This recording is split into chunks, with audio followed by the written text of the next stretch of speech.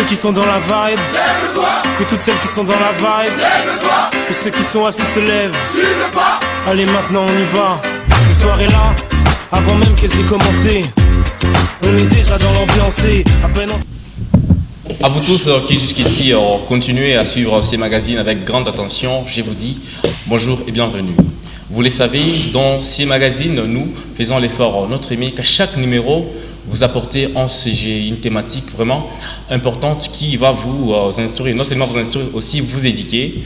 Aujourd'hui, nous avons regardé sur ces nouveaux gouvernements qui nous intéressent aussi parce que la jeunesse aussi a un mot à dire. La jeunesse aussi doit parler, doit donner des solutions, doit suggérer, doit critiquer, doit analyser.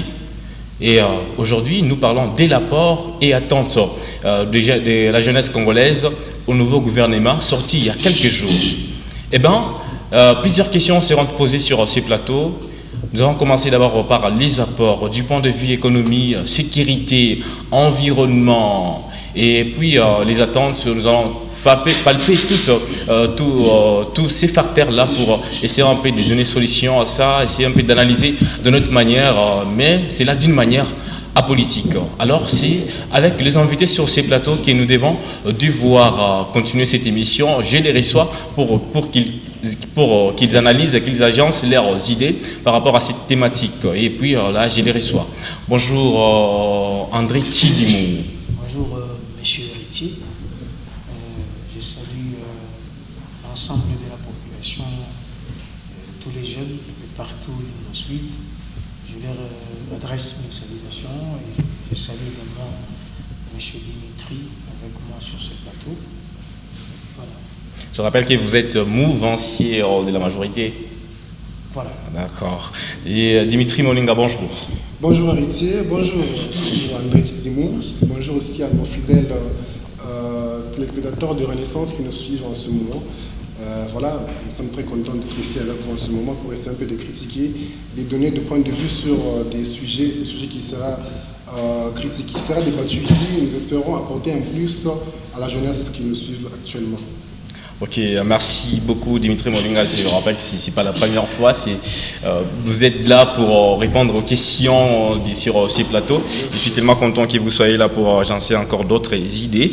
Et puis la première question revient à vous. Du point de vue économique, qu'est-ce que les jeunes doivent apporter à ces nouveaux gouvernements? Merci Héritier. Nous avons vu ce nouveau gouvernement, sans surprise, nous avons vu des visages qui nous paraissent nouvelles et tout ça. En tout cas, en tant que jeunes, chaque fois nous avons toujours répondu à l'attente du gouvernement. Chaque fois on nous demande des exigences, on nous demande de coiffer nos chevelures. On les fait, on nous demande de nous enrôler dans l'armée, nous le faisons. Alors pour moi, nous les jeunes, nous avons toujours répondu à l'attente du gouvernement. Alors du point de vue économique, nous les jeunes, pas du point de vue économique plutôt, mais du point de vue de l'apport, de l'attente de la jeunesse face au gouvernement, je dirais que nous avons toujours été présents, nous avons toujours été là quand le gouvernement demande notre soutien, notre aide, et nous espérons que cette fois-ci aussi, nous pourrons répondre massivement à leurs demandes envers nous les jeunes. Non, ici la question c'est l'apport. Qu'est-ce que vous apportez à l'économie de la République démocratique du Congo, peut-être par la création d'emplois et autres. Vous apportez quoi, vous, la jeunesse, aujourd'hui? Ce n'est pas nous qui devrions créer des emplois, M. Héritier. Vous avez dit, sur le point de vue économique, c'est une question qui est, pour moi, purement gouvernementale. Parce que c'est eux qui doivent nous créer des emplois et c'est nous qui devrions aller accepter leurs demandes. Plutôt, vous pouvez nous demander leurs demandes. Ils n'ont pas encore fait de demande jusque-là envers nous jeunes aujourd'hui. Alors nous, j'ai dit que nous serons prêts à accepter la demande, à répondre à leurs demandes qui, comme d'habitude, nous avons toujours fait. Nous espérons que nous continuerons cette façon encore à le faire. Okay, Monsieur André Tidimou, j'espère que vous partagez les mêmes avis avec Dimitri Molinga. Bon, en fait, sur la question de l'apport, bon, en fait, c'est ses opinions qu'il a dit. Moi, je ne suis pas d'accord avec lui et je suis libre. Permettez-moi de répondre à cette question sous des angles. Okay. Le premier angle, je vais parler de manière, citoyenne. Et deuxième angle, je vais parler de manière politique, parce que c'est une question qui cadre purement et simplement de la politique d'encadrement des jeunes. Alors, citoyennement parlant, je dirais que la population ou la jeunesse de notre pays qui est estimée à plus de 100 millions d'habitants. Et donc, si nous voulons prendre cette estimation-là en compte, nous réaliserons que la jeunesse occupe, par exemple, approximativement 80% de la population congolaise. Alors, 80% dans une population à plus de 100 millions d'habitants, c'est quand même une main-d'œuvre à prendre en compte dans la mesure où dans la population, la force juvénale que nous avons aujourd'hui, c'est en fait ce produit brut-là qui devrait générer des ressources. Au sein de cette jeunesse, il y a des gens qui ont fait des études. Alors moi, je suis toujours de cette opinion qui pense que les intellectuels sont une chance pour l'évolution, non seulement de notre pays, mais du monde entier. Vous comprenez? Et donc, la jeunesse, citoyennement parlant, elle est intelligente, avec des idées ingénieuses de créer des emplois. Aujourd'hui, vous sur le plateau ici, je crois que vous avez fait les sciences de l'information et de la communication. Le monde aujourd'hui est tourné beaucoup plus sur le monde digitalisé. Et donc, ce sont vous, par exemple, qui parviendrez à créer de l'emploi dans cette jeunesse-là. Quelqu'un disait, c'était Kennedy qui disait, ne vous demandez surtout pas ce que le pays pourra faire pour vous, mais il faut aussi se demander qu'est-ce que vous pouvez faire pour ce pays. Alors, je crois que pour ne pas monopoliser la parole, de manière politique, la jeunesse, elle a contribué à quelque chose dans notre pays. Nous avons vu, de par certaines politiques d'encadrement de jeunesse dans tous les gouvernements, nous avons vu, il y a eu un centre, je crois Kikouni, quelque chose comme ça, où on a essayé d'encadrer tant soit peu la jeunesse qui est en débandade dans la rue. Nous avons vu comment les Koulouna ont constitué aujourd'hui une certaine main-d'œuvre locale, une main-d'œuvre nationale. Aujourd'hui, ces soi-disant Koulouna d'hier peuvent aujourd'hui nous produire des bons. Comme ça contribue à l'encadrement de la jeunesse dans la gratuité de l'enseignement, par exemple, selon ce qu'on nous a dit. Et donc, quand ceux qui étaient des Koulouna, qui pouvaient te prendre, te déshabiller, par exemple, aujourd'hui, ils peuvent construire une maison pour vous. Donc, je crois qu'il suffit tout simplement d'appeler cette jeunesse à la prise de conscience. Vous verrez tout de suite que tout va marcher dans le bon sens. Donc, je crois que l'apport et la jeunesse, c'est un rendez-vous pour ne pas être symbolique. C'est un rendez-vous du donner et du recevoir. Qu'est-ce que vous avez à proposer au gouvernement? Qu'est-ce que vous pouvez donner à votre nation? Et le gouvernement vous donnera. C'est comme ça. Donc, le monde est toujours en perpétuel rendez-vous du donner et du recevoir. Vous ne pouvez pas toujours continuer à croire que le gouvernement vous donnerait tout, mais non. Les choses ont déjà changé. Rien ne vous tombera du ciel. Il suffit tout simplement d'insister, de faire tout ce que vous avez en possession comme connaissance, et vous allez voir que les choses vont bousculer. Parlons de la sécurité à l'est du pays aujourd'hui, avec cette guerre qu'il y a. Vous pensez que la jeunesse aussi peut donner aussi quelque chose pour finir, pour aider ces gens aujourd'hui, ces jeunes aujourd'hui qui souffrent? Quels sont les projets de la jeunesse aujourd'hui pour cette situation à l'est? Évidemment, je rejoins la pensée d'André qui a dit que les jeunes aujourd'hui, qu'on a appelés Koulouna hier, sont aujourd'hui au service de la population. Parlant de la sécurité, nous avons vu l'enrôlement dans le service qu'on appelait Kanyamaka CC. Nous avons vu l'apport de la jeunesse qui a, comme je l'ai dit, répondu encore une fois à l'appel du gouvernement. Ça, j'ai dit que nous avons vraiment obéi à notre devoir de répondre à l'appel du gouvernement. Du point de vue sécuritaire, à l'est du pays, nous avons vu déjà, comme je l'ai dit, s'enrôler massivement dans l'enrôlement de Kanyamaka CC. Et ça continue aujourd'hui. Donc je dirais que les jeunes continuent jusqu'à ce jour à accepter l'offre du gouvernement gouvernement. Cher André a dit que nous sommes dans la logique du donner et du recevoir et qu'on ne peut pas tout donner, tout demander, tout recevoir du gouvernement. Héritier, j'étais avec vous lors du gouvernement passé de Sam Condé. Nous étions ici avec les mêmes sujets, demandant nos apports, l'attente de la jeunesse face au gouvernement. Nous avions demandé ici qu'on crée pour nous des emplois. Nous avions demandé ici qu'on fasse pour nous des histoires, des projets. Nous sommes des jeunes, nous avons des projets et nous les avons exposés auprès du gouvernement. Je peux vous en citer quelques-uns, mais je ne pourrais pas les citer ici. Voilà, ça n'a pas eu de solution. Mais André, nous sommes dans la mesure, dans la philosophie du donner et du recevoir. Aujourd'hui, le message que je donnerai aux jeunes qui nous suivent en ce moment est celui de ne pas vraiment attendre du gouvernement quelque chose d'important. Nous avons l'entrepreneuriat aujourd'hui qui est un domaine à beaucoup plus s'intéresser parce que avec cela, nous serons autonomes. Ce que je demande, c'est l'autonomie, voilà, l'auto-prise en charge des jeunes.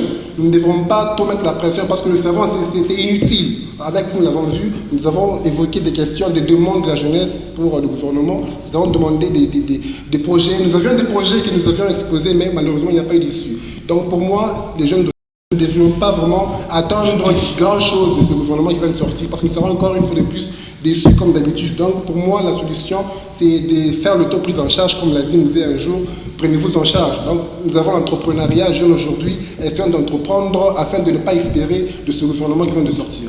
Alors, en quoi le gouvernement doit-il s'intégrer aujourd'hui pour stabiliser la vie sociale des jeunes? Merci. D'abord, je m'inscris... je contredis avec la dernière énergie les propos de Dimitri Moninga, oui. Pourtant, il a commencé citoyennement, mais il a mal fini en décourageant les jeunes à ne pas croire au gouvernement de la République. Vous avez un problème particulier avec le ministre. Je n'ai pas dit à ne pas croire au gouvernement. J'ai dit à ne pas à moins que vous ne puissiez changer des précédents gouvernements. À moins que vous ne puissiez changer des phrases. Mais comment est-ce que vous pouvez faire appel à la conscience de la jeunesse de ne pas s'intéresser au gouvernement? Peut-être au projet de la jeunesse qui n'était pas... Le projet, c'est quoi? Le projet, il faudrait que nous puissions orienter la jeunesse que nous sommes. C'est comme ça que nous nous détruisons. Jeunesse, on peut beau chanter que nous avons des projets. Dans aucun livre au monde ou dans aucune histoire, belle qu'elle puisse être, on a payé un jeune ou un vieillard tout simplement parce qu'il a une idée. Une idée s'écrit, se frappe à une bonne porte et on va financer. Et si cela n'est pas financé, c'est de ça qu'il est en train de parler. Si vous avez frappé à la mauvaise porte, s'il vous plaît, pardon, laissez-moi la parole. Si vous avez frappé à la mauvaise porte et que l'on vous a volé votre projet, que vient faire le gouvernement passé dans votre malorientation? Vous comprenez? Et donc je crois que la jeunesse qui doit nous suivre doit être organisée dans des corporations. Lorsque on a toujours dit, quand vous êtes ensemble, vous irez loin. C'est aussi grâce à des corporations. Aujourd'hui, si vous arrivez, vous êtes dans une corporation, vous avez très bien élaboré votre projet, c'est écrit, noté, et il y a beaucoup plus, il y a de la formation pour ça. Et donc, je crois que l'encadrement de la jeunesse est beaucoup plus important. Alors, si je voudrais répondre à votre question de dire comment nous devrions... en quoi les gouvernements aujourd'hui doivent s'intégrer sur la guerre de l'Est. Vous devriez savoir que nous nous sommes d'abord pris en charge. C'est ça que Laurent Désiré Kabila nous a légué comme slogan. Prenons-nous en charge et n'ayez jamais trahi les Congo. Vous êtes sans savoir que dans cette armée de la République démocratique du Congo, il y a eu un mouvement de citoyens qu'on a appelé des Wazalendo et certifiés comme des réservistes. Ce sont des jeunes comme toi et moi qui se sont inscrits dans ce mouvement des réservistes. Les Wazalendo, en français qu'on appelle les combattants, aujourd'hui ils sont en train de battre nos ennemis. Je crois que autant que vous cherchez plus au gouvernement, autant vous devez plus donner à la nation. Nous n'avons que ce Congo comme notre trait d'union. Il n'en existe pas deux, mon cher ami. Donc je crois que nous devrions nous battre corps et âme pour sauver. Chaque année, quelle que soit notre compétence, essayer dans quelle mesure, dans la mesure du possible, essayer de sauver le salut de notre pays. Je pense qu'il y a aussi quelque chose à ajouter, oui. Chaque année, il y a environ 20 000 étudiants qui sont prêts, 20 000 jeunes qui sont prêts à travailler. Chaque année, je dis. L'année passée, nous avons eu ce gouvernement. Combien de jeunes ont été... Tout le monde ne sera pas le même ministre. D'abord qu'il finisse ses idées. Il fallait frapper à la bonne porte. Voulez-vous que 50 000 jeunes aillent frapper à la porte? Quel bureau va recevoir 50 000 jeunes? Voilà pourquoi je dis que nous devrions nous prendre en charge à la mesure où nous ne devrons pas tous espérer de ce gouvernement. Nous devions entreprendre aujourd'hui. La solution, c'est l'entrepreneuriat, pas les espérances de ce gouvernement. L'année passée, il y a au moins 20 000 jeunes qui sont prêts, sans compter les sans-abri, sans compter les étudiants diplômés, sans compter les restes, au moins juste les jeunes. Vous les avez dénombrés, ils sont 20 000. Cher André, il y a... C'est à la télévision que nous parlons. Vous avez dénombré, ils sont 20 000. Si vous voulez voir les résultats, allez au building de chaque... Allez au bureau de chaque université. Vous verrez le nombre de gens qui ont défendu, qui ont été collés en grade. Alors je vous dirais que si, avec votre philosophie, je dis, si je ne parle pas en tant que politicien, je parle en tant que jeune, en tant qu'observateur. Jeune qui je suis ici, ça nous fait mal de voir aujourd'hui nos projets pas mis en place, nos projets volés pas parce que vous avez dit que nous frappons à la mauvaise porte. Pourtant, ce n'est pas le cas. Nous sommes plus de 20 000 personnes jeunes attendant des emplois. Alors, je ne suis pas ici en tant que politicien, je suis ici en tant que citoyen et ça me fait mal en tant que jeune d'aujourd'hui de voir nos projets être volés, de voir rien ne se concrétiser. Il ne faut pas accuser. Vous savez, est-ce le que chômage, vous savez des preuves qu'on a volé? Je vous dis qu'il n'y a pas... Mais ça parlait de quoi? Il faut taper votre projet. Monsieur André Dimitri, à qui appartient la tâche de la création d'emplois pour justement soutenir les pays? Je vous ai dit oui, c'est ça la question. Monsieur Dimitri, il semble ne pas être d'accord avec moi, alors que moi je le soutiens. Vous savez, peut-être dans lui, il dort un milliardaire. Vous comprenez? Alors il faudrait maintenant que ce milliardaire ou ce millionnaire qui dort en Dimitri puisse être éveillé. Il faudrait lui dire que vous n'avez pas le seul projet à vous, que vous allez vous bomber le torse qu'on vous a volé. Il suffit tout simplement de taper sur YouTube, sur Google. Vous verrez que votre projet là, votre soi-disant projet, a été très bien développé par quelqu'un d'autre. Alors je dis ceci. Donc s'il vous plaît, j'aimerais maintenant tomber dans ce que vous étiez en train de dire. Je pense que l'entrepreneuriat auquel lui a fait allusion, c'est une très belle initiative et salvatrice. Mais cet entrepreneuriat-là, vous devez savoir que être employé est beaucoup plus facile qu'être un entrepreneur. Ça n'a jamais été facile d'être entrepreneur. Donc l'entrepreneuriat suppose une formation assidue sur le domaine dans lequel nous voulons nous lancer. Il faudrait vraiment que ce n'est pas quand même un ouf de soulagement parce que vous êtes endormi, on ne vous a pas pris dans une chaîne. Vous voulez dire que non, je vais entreprendre dans le secteur. Je reviens à vous. On continue avec. Oui, je vais finir. J'aimerais ceci. Je ne décourage pas aux jeunes d'entreprendre. Mais je voudrais vraiment qu'avant de se lancer, il y a toute une procédure. C'est comme ça que j'ai parlé de l'encadrement. Il y a aujourd'hui des formations qui se donnent dans des différents groupes de jeunes où on vous apprend l'entrepreneuriat. C'est une formation, comme on devient avocat là. C'est comme ça qu'on peut aussi apprendre pour devenir entrepreneur. Les tribalismes, un freinage pour un Congo meilleur. Bien sûr, dans chaque État, les tribalismes ont toujours été un freinage pour l'avènement, pour la progression d'une nation, la progression d'une organisation. C'est vraiment déplorable de voir aujourd'hui les tribalismes qui continuent encore, bien que les autorités font l'effort pour essayer un peu de combattre cela. C'est vraiment dommage de voir que ça continue encore dans l'esprit des gens, au sein d'autres personnes. Alors nous, en tant que jeunes, nous avons aussi un apport à y remédier à cela, c'est de conscientiser. Cher André l'a dit, nous sommes environ 80% de la population qui sont jeunes. Alors si tous les 80% se mettaient à dénoncer le tribalisme, je pense que cette affaire, cette question-là sera suffisamment traitée et dans les plus brefs délais. Ce qu'il faut faire savoir, c'est juste savoir réconforter la jeunesse, la mettre dans un état là où ils vont se sentir à l'aise, où ils ne pourront pas se plaindre de tout.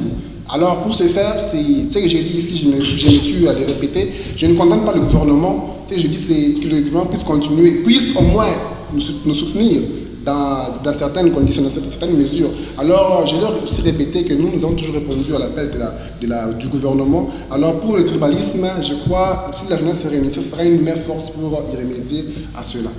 Vous en dites quoi, cher André, par rapport à cette situation de tribalisme aujourd'hui qui règne un freinage pour un bon Congo meilleur? Bon, en fait, pour avoir suivi un très bon cours dans mes études universitaires. Ce cours s'appelait animation culturelle. Ok. J'ai compris ce que c'est la sociologie animale, le tribalisme. C'est un vice. Vous ne pouvez pas, en plein 21e siècle, où nous avons consommé presque un quart de siècle, ça fait qu'on va faire 2025 l'année prochaine, où nous continuons à avoir l'idée du séparatisme tribal. Là, on est loin même d'être des préhistoriques, nous sommes des préadamiques. On ne peut pas continuer à faire du tribalisme pour la jeunesse. Nous avons besoin non seulement de créer un État-nation, mais nous voulons faire développer notre pays. Nous sommes plus de 400 et quelques tribus dans ce pays. Si quelqu'un veut faire l'apologie de sa sienne, ça va s'appeler Tour de Babel. Alors, comme nous ne voulons pas cette Tour de Babel, nous voulons un pays, nation. Nous voulons que vous venez, je ne sais d'où, vous venez d'où, nous sommes Congolais, mettons ensemble nos idéologies et faisons avancer notre pays. Pour votre information, on ne vous engagera pas parce que vous semblez être sorti plutôt d'une tribu plus meilleure que la mienne. On va vous engager parce que vous méritez la place qu'on veut vous attribuer. Vous comprenez? Et donc moi je crois que la jeunesse ne devrait pas se lancer dans ces débats, ces plus bas débats qui n'a rendu personne sérieux et grand dans ce pays. Et donc, supportons-nous d'où nous sommes venus, nous sommes tous Congolais, c'est notre pays qui nous lie comme patrimoine national. Et donc nous n'avons pas d'eux, unissons-nous, travaillons, mettons de notre ingéniosité au service de la patrie pour que nous puissions la faire avancer et développons-nous, entreprenons pour réveiller le millionnaire qu'il y a ici au Congo.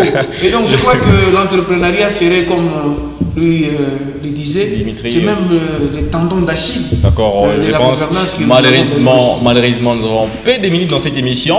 Peut-être un mot de la fin, cher Dimitri, pour finir dans quelques secondes, c'est même parce qu'on est déjà à la fin de l'émission. Et pour finir, je n'ai qu'une seule chose à faire, c'est l'appel aux jeunes, l'appel à la conscience. Ce nouveau gouvernement est sorti.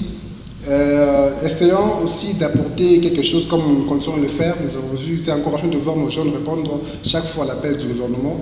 Et ce que je demanderai aux jeunes qui nous suivent en ce moment, je sais qu'il y a plusieurs demandes. Le chômage qui est un point très très capital qui est soulevé dans notre pays, dans la jeunesse, d'essayer de se prendre en charge soi-même en créant des emplois, en entreprenant. Entreprendre, ce n'est pas seulement faire l'immobilier, acheter une parcelle, non. Même un simple business, vous vendez des histoires, juste pour vous apporter un gagne-pain le soir. Et aussi, face à la question du tribalisme, chers jeunes, c'est vous qui êtes l'arme qui peut facilement y remédier à cette situation. Essayons d'être unis, d'être soudés afin d'améliorer notre pays, notre cher et beau pays. Merci Dimitri. André Chidimou, avec vous, en peu de secondes seulement parce qu'on est déjà à la fin de l'émission. Comment vous demandez à ces jeunes de remédier à tout ce qu'on a évoqué sur ce plateau, sécurité, tribalisme et tout? En fait, en moins de temps, je dirais que le pays compte sur la jeunesse, fait partie d'un grand pourcentage de la population congolaise. Et donc le pays compte sur vous. Je voudrais vraiment que vous preniez conscience de ce que vous êtes. Vous avez le destin de ce pays entre vos mains. Je voudrais vraiment, comme le disent les catholiques, vous avez le destin de ce pays entre vos saintes mains. Alors, je voudrais vraiment que vous puissiez travailler dur pour que nous puissions non seulement croire en vous, mais que vous puissiez faire avancer ce pays et que demain, nous puissions avoir une autre connotation à l'extérieur. Le Singapour s'est construit avec l'huile de palme de Yangambi ici. Et donc, si on va nous respecter, ce n'est pas parce que nous sommes distraits, parce que nous voulons tout le temps bien nous habiller, mais on va nous respecter parce que nous avons bien travaillé, parce que nous avons écarté le tribalisme et nous avons mis en avance l'amour du vivre ensemble. André Tidimou a beaucoup à dire vraiment dans Messier, tellement le sujet est tellement vaste. Vous les avez écoutés, vous nous avez suivis dans Messier. Je vous dis merci de nous avoir suivis parce que vous êtes tellement fidèles à cette émission, à ces magazines. Nous vous proposons à chaque numéro des nouvelles thématiques pour vous éduquer, vous instruire dans Messier, pour aussi vous informer. Alors, vous avez besoin de passer aussi dans cette émission, n'hésitez pas parce que l'émission vous appartient, c'est l'émission de la jeunesse. Je vous dis ciao.